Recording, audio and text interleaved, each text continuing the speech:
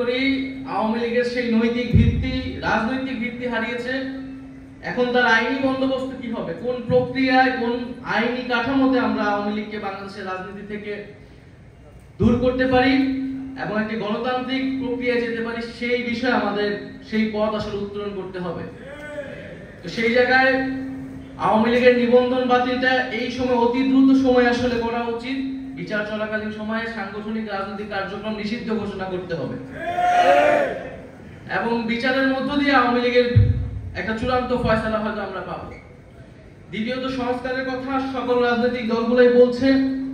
আমরা বলছি যে একটা মৌলিক সংস্কারের জায়গা আমাদের ঐক্যমত হতে হবে, যেই সংস্কারের মাধ্যমে শাসন ব্যবস্থা এবং ক্ষমতা কাঠামোর পরিবর্তন হতে পারে।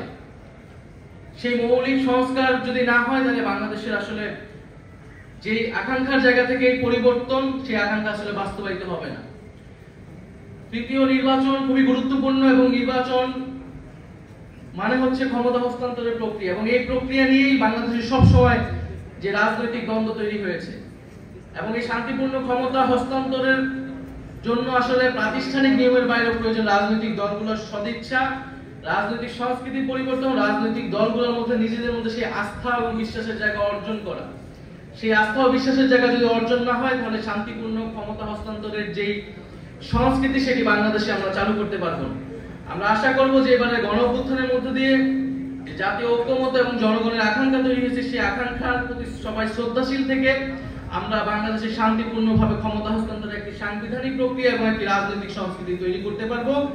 আজকে এবি পার্টির পঞ্চম প্রতিষ্ঠাবার্ষিকী উপলক্ষে আবারও শুভেচ্ছা এবং আমাকে আমন্ত্রণ জানানোর জন্য ধন্যবাদ জানাচ্ছি। আসসালামু আলাইকুম।